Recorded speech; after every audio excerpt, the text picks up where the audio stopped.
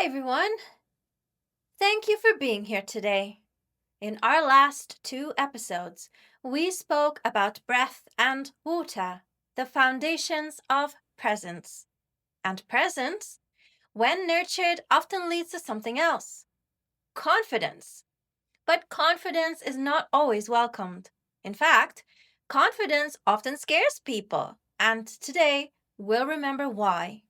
This is the story you didn't know you needed, but your reflection might need it. So, what is confidence and what is it not? Confidence is not arrogance. Confidence is not shouting the loudest. Confidence is not dominance. Confidence is presence. It is alignment of voice and body. It is knowing who you are, even when the room does not agree. True confidence does not need to prove itself, it simply is. But let's be clear confidence is not arrogance, and it bears repeating again because arrogance needs an audience, confidence doesn't. Arrogance demands applause. Confidence shows up whether anyone claps or not. Arrogance hogs the room to inflate itself. Confidence opens the room so others can stand. Arrogance in practice, well, it treats people as tools, not humans. It celebrates spectacle over substance. It deflects accountability and eats empathy for breakfast. Arrogance punishes excellence that makes it look small. So don't confuse swagger with substance. When you call out arrogance, you are not attacking a person's worth.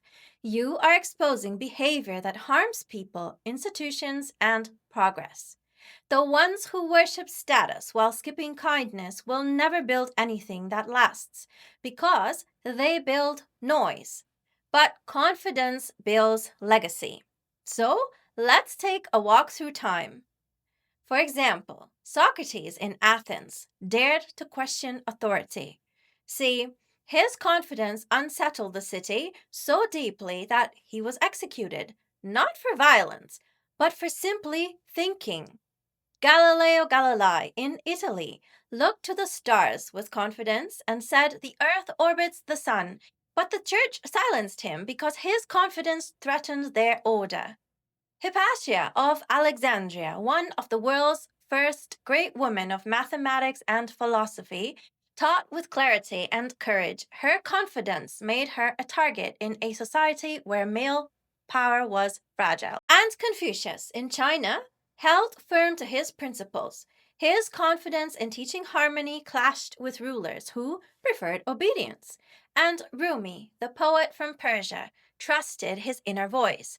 His confidence in love and spirit moved beyond rigid structures of religion, and that frightened those who depended on walls of division.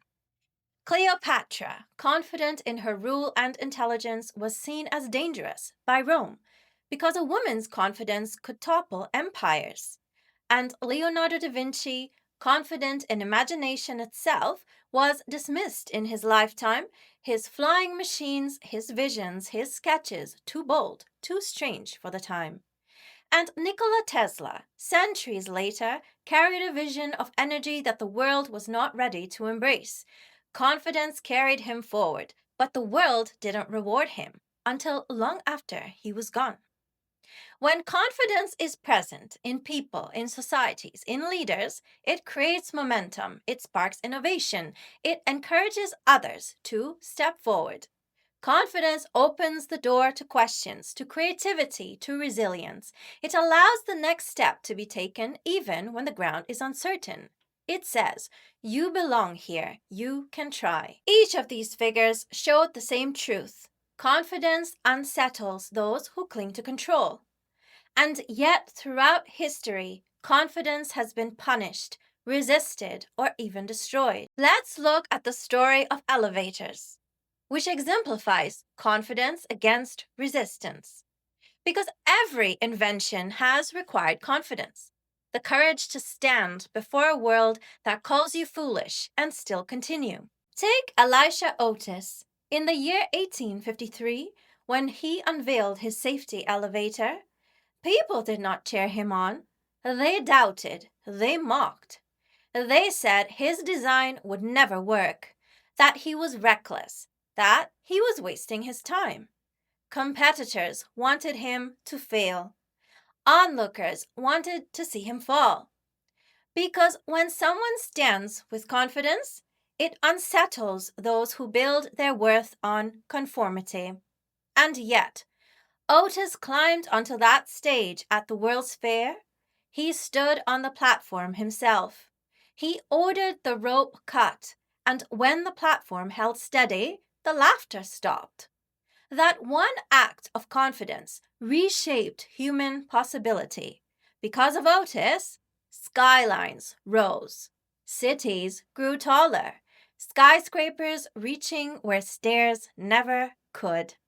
Accessibility expanded. Hospitals, schools, and workplaces became places where more people could belong. Life moved vertically. Apartments, theaters, offices, warehouses, even ships multiplied their reach, moving both people and goods in ways that reshaped civilization.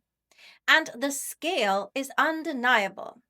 Approximately 325 million people ride elevators every single day. In the US alone, there's over 20 billion trips in a single year, covering almost 3 billion miles of vertical travel. Think about that. Every time you step into an elevator, you are stepping into the legacy of one man's confidence. Now imagine if Otis had listened to the voices who wanted him to doubt himself. What if he had shrunk, apologized, or abandoned his invention? There would be no skyscrapers, no hospitals with easy vertical access, and no towers of modern life. See, this is what people rarely admit. Confidence unsettles the insecure. Not because confidence is wrong, but because it forces them to confront their own limits. And insecurity fights back. It sneers, it sabotages, it whispers in teams, in relationships, and in every civilization. Insecurity builds walls against vision. It punishes anyone who refuses to make smallness the standard. If Otis had bowed to those voices, the shape of civilization would be completely different. So remember, confidence is not arrogance. Confidence is the quiet fidelity to a work that will outlast the critics.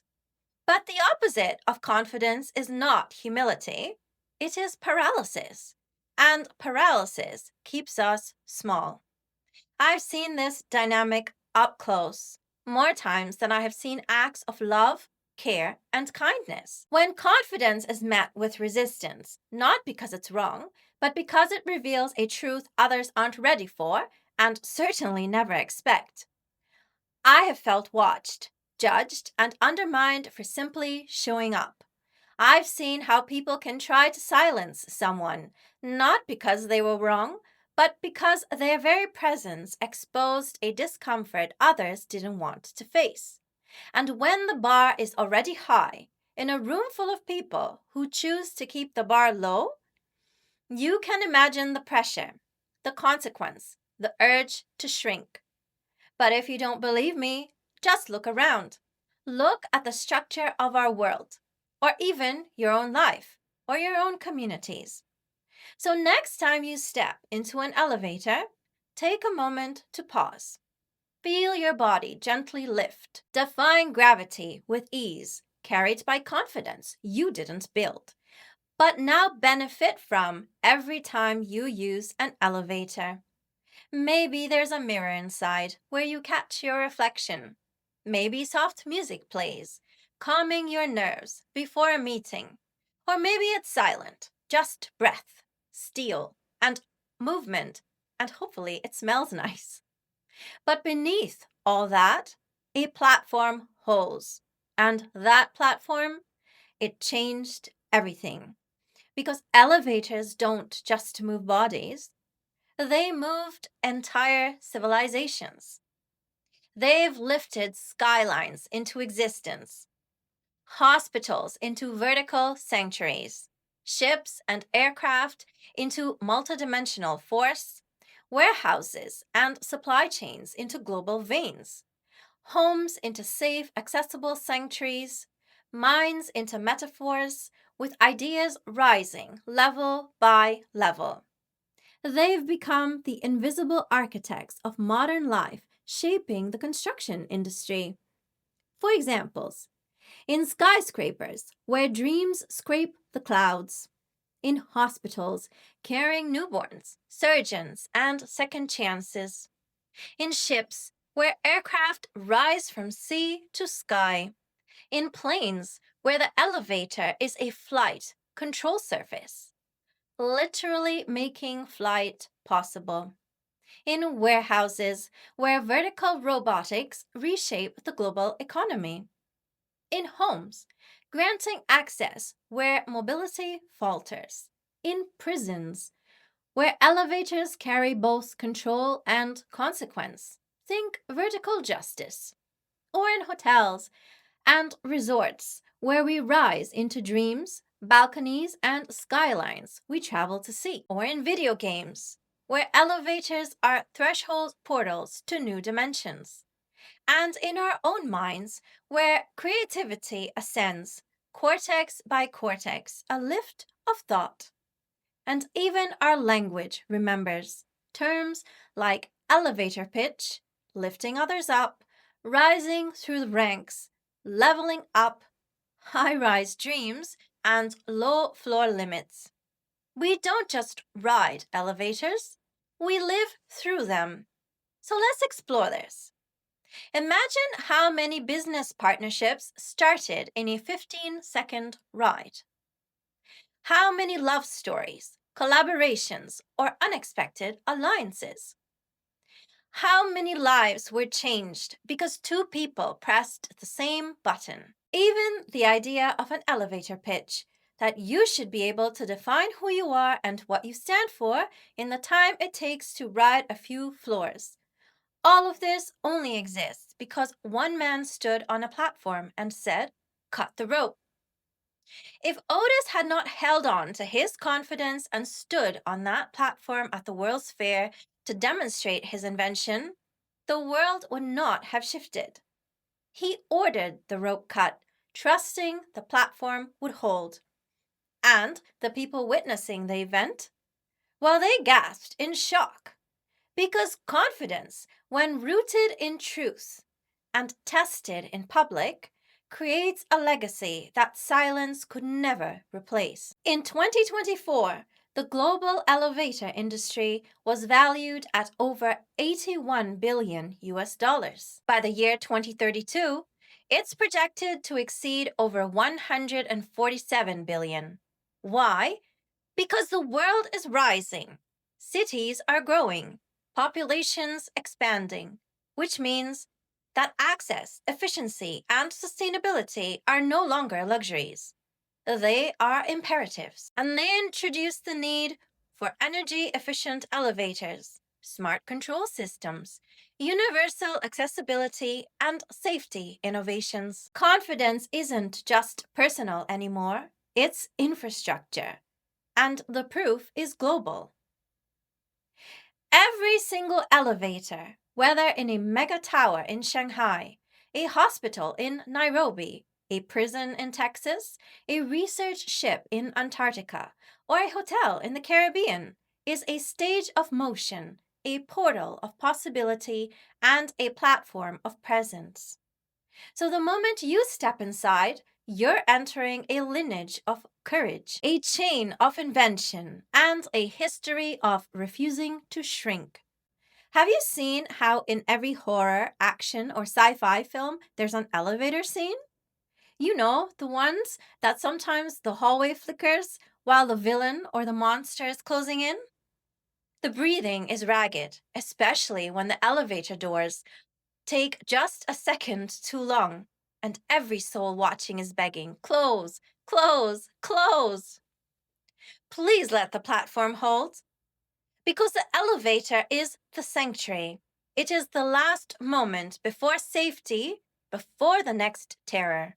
It's the pause between fear and survival. a 5 by 5 foot capsule of hope.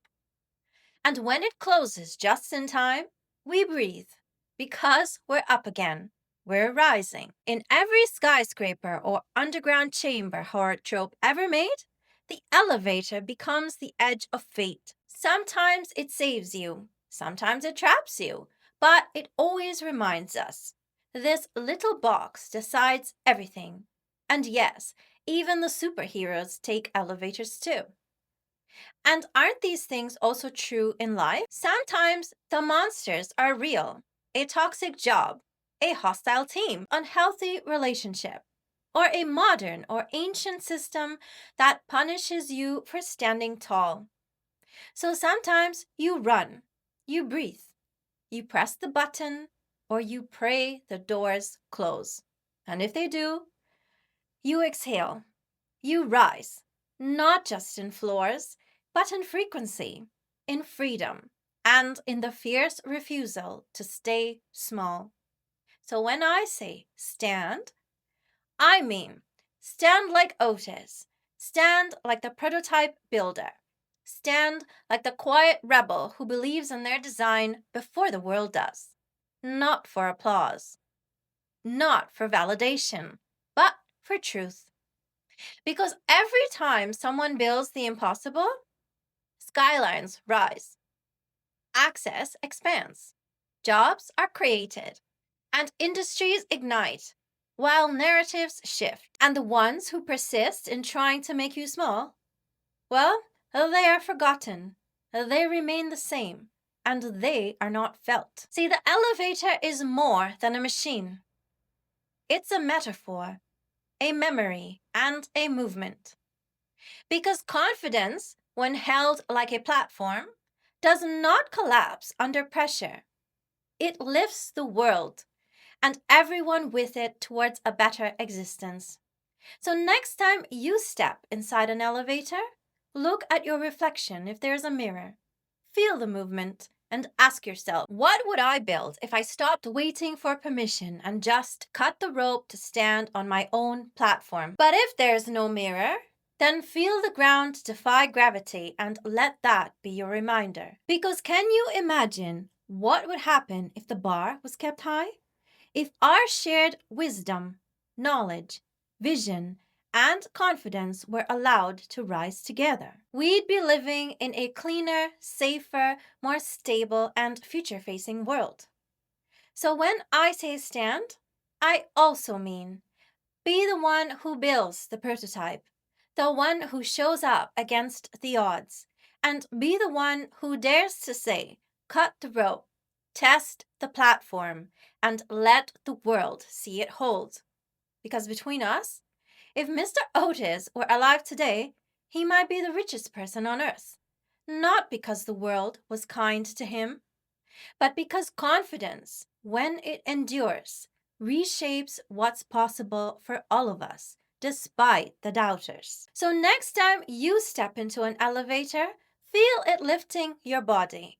Maybe there's music, maybe it's just silence, or maybe it's just the hum of the machine. But no matter what kind of elevator it is, remember you're standing on the legacy of someone who dared.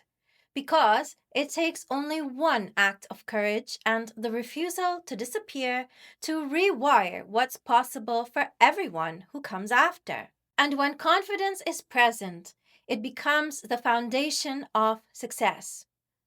Because when confidence is absent, other things take root, such as insecurity, hesitation, fear, doubt, and silence, which all lead to stagnation. Without confidence, people remain in jobs they hate.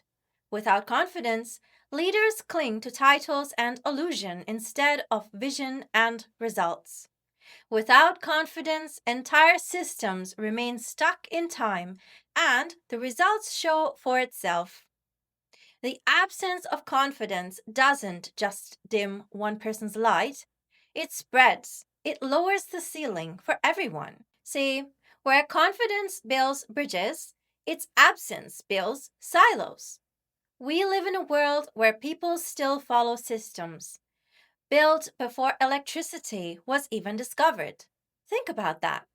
Policies, hierarchies, entire economic models, shaped by people who didn't know how to light a room without fire after the sun went down. We worship education rankings, global indexes, gold standard systems. But ask yourself, if these systems are so excellent, why can't they create peace? Why can't they guarantee safety? Why can't they offer stability? What's the point of having the best education and certifications in human history if graduates and workers are burnt out, uninspired, or afraid to speak up in their own lives? If the outcome is silence, exhaustion, or performative conformity, then the system isn't intelligent. It's just old, outdated, and obsolete. Like an aging forest that can no longer produce oxygen or provide shelter to anything living. Because confidence is not about preserving legacy, it's about upgrading it.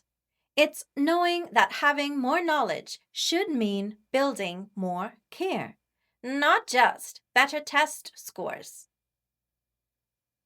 Confidence is also knowing if you're hurt, you'll be treated. If you're lost, you'll be taught. If you rise, you won't be pulled down. And if you are alive, then you will have a home to live in and have access to good opportunities to thrive. That's the world confidence builds. But we still cling to systems designed before antibiotics, before elevators, even before the typewriter, floppy disks, and CD players. We're taught to obey these models like they're sacred, when in fact, they're just incomplete. And confidence? Confidence says, I can build something better because I care more than they did. Even today, when people say we're looking for confidence, what they often mean is be yourself, but not so much that you outshine me. Except true confidence is not about fitting into someone else's comfort. It's about bringing presence that cannot be faked, a steady voice that cannot be silenced, and a light that does not dim to match the room. And that, more than anything, is what unsettles others. So, why does confidence scare people? It's because confidence is like a mirror. It reflects back their own doubts, their own insecurities, their own fears of being seen. Confidence scares people because it is not for sale. It cannot be borrowed, traded, or controlled. Confidence scares people because it whispers, you could be more. You could be free. And in a world where systems rely on doubt, compliance, and imitation, confidence is the quiet rebellion. So remember this: confidence is not the absence of fear, it is the presence of self. And history shows us, whether it's Socrates, Galileo, Hypatia, Confucius, Rumi, Cleopatra, Leonardo, or Tesla, that confidence has always been the seed of change. So the question is not why confidence scares people. The real question is, why would you let that stop you? Because Otis was not just an inventor, he was a mechanic, a dreamer, and a man who failed until he didn't. He didn't set out to change cities. He was just trying to build safe machinery for a factory job. But what he discovered became the foundation of our modern day skylines. And if you're wondering if anyone helped him, well, the answer is yes. His sons helped him build and demonstrate the elevator because they believed in their father's invention. They helped him form the Otis Elevator Company, and his sons, Charles and Norton, were the ones who carried his vision forward beyond his death. That means the legacy wasn't just technical, it was intergenerational, built in love, not just leverage. And systems that don't create the stability for people to even choose whether or not to build a family of their own, well, they aren't just halting progress, they're broadcasting their absence of confidence loud and clear, which makes Otis's story even sharper, since his sons could carry his vision further because there was stability enough for them to choose loyalty, to choose continuity. That's what confidence makes possible. Not control, not fear, not insecurity, but choice. And if you're wondering if Otis was a good man, the answer is yes. By historical accounts, he was a good man. He wasn't known for arrogance or dominance. He was quiet, determined, focused on safety and protecting people and cargo.